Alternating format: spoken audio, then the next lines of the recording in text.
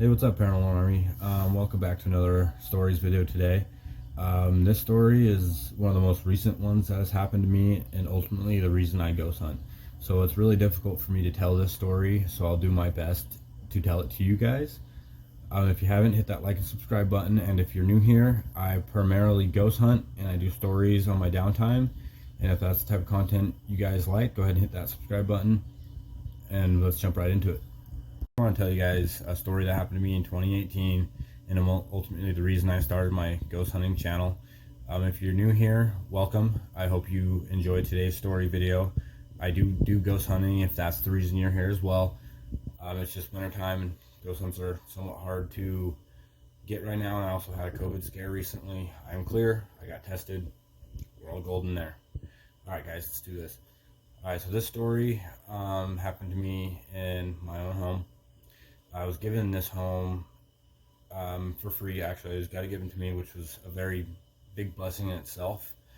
So this house wasn't all happy and fun like most people think free homes are. No, there was something evil here. There were seances done in my house. It used to be a party house for a little while. 2 people have died in the house. So there's that. I don't know if they're the reason behind these, but it took me months and months to purify this house in order for me to live there peacefully, without getting tormented, without getting knocks on my walls, without hearing voices, footsteps, seeing things in the doorways. So the thing that in here, I do believe it was a jinn, and that's the only thing I can think it could be, is a jinn, is a trickster. He was the ultimate reason for this incident I'm going to tell you guys about. Alright, day 1. Alright, the first day we moved in, we were there was me and Aaron and my buddy Hunter. We were all there. We were hanging out in the living room. It was really dark. It was like October, and so it's getting dark at like 5 o'clock at night. So it's already dark, you know. We just getting our TV set up, you know what I mean. And we hear a big crash down into my room, and all of us look at each other. What was that? We're all, and, you know, we didn't understand what was going on. We just moved in. It's like, is someone else here? Did everybody not leave? You know, it's because we just stepped foot in the house. You know, we were maybe there for 30 minutes. And so we just heard up, think each other, and we heard go down the hallway, look around. No one's there. So we're like, what the fuck? So we look outside, go around outside, look around the backyard, looking in all the sheds. No one's here. And so we're like, what the heck was that crash? You know what I mean? What was that? So we go in and start investigating, and there was an axe on the top shelf in our closet that fell and hit the ground, and that's what that clattering bang was. And that's what ultimately scared us. At least that's what we thought. And so we thought that was ultimately weird. Red flags were going up, but, you know, we chucked it down, you know, and said whatever, you know what I mean.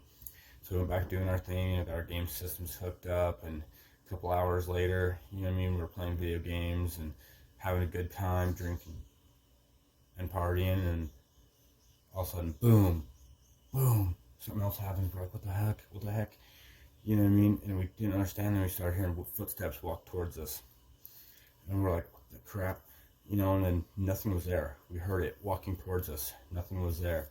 And so we said fuck it, and we left, went to Aaron's dad's house that night, and we ended up sleeping there that night, because we didn't know what was in there. And so I called the landlord the next day, and she's like, no one's there. We're all out in Missouri, like we've been gone for a week, you know what I mean, like we haven't been there, you know what I mean. So red flags were going up, you know, what the heck. And so before I get too far in, I do got to explain the house to you guys and what the house looks like in order for you to kind of understand the rest of this story. Alright guys, so the old landlords are gone, no one's been there for a week. Alright, so how the house is set up, so you walk through the front door, and it's long ways, you know, it's a trailer home, and so you walk through the front door, and then there's right to your immediate right, there's a hallway that cuts down there to a bathroom, door on this wall, another door on that wall, 2 bedrooms, and then you go to this way to the living room. Right next to the living room is the kitchen with the divider, then all the way to against the far right corner facing the back of the house, you go down another hallway, and there's my bedroom and my bathroom, and the laundry room's right there. And so that's the setup of our house. So my room is on the far end of the house. Aaron's room was a small room right here, and Hunter's room was that back corner room over there. And so that's the layout of my house, so you guys kind of understand how it's set up. So Hunter, me, and Aaron, we all go back to the house after that incident.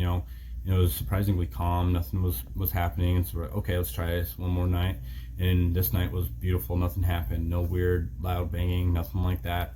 It was completely calm. So okay. Then the second day, everything was calm, fine. Nothing was wrong. And then on the third night, that's when things started going really wrong. It was about 2 in the morning, and I woke up to Aaron screaming, and I hurry up and run down that hallway, passing my laundry room into my kitchen, my living room. I see his door bust open, fling it inward, and here comes Aaron, one leg in the air, getting pulled down into my bathroom hallway. And then he gets up, starts running, screaming back down into the living room, and he's all freaking out, terrified. He's jumping around, can't breathe. He's super scared. He's like, what the hell is that? What the hell is that? Did you guys do that? What the fuck? And here comes Hunter fucking running out of his room screaming like, what the hell is that, dude? He's like, something just touched me. And things started getting crazy. And then just like that, everything stopped. And we're all looking at each other like, we got to get the fuck out of here. And so we go back to Aaron's dad's house where we were currently living before we moved in there. And we go back there. And then I tell my boys to stay there. Do not follow me back. I got to go there alone. I got to expel what is in that house. The rest of the story pertains to that expulsion, and this is where it gets really intense.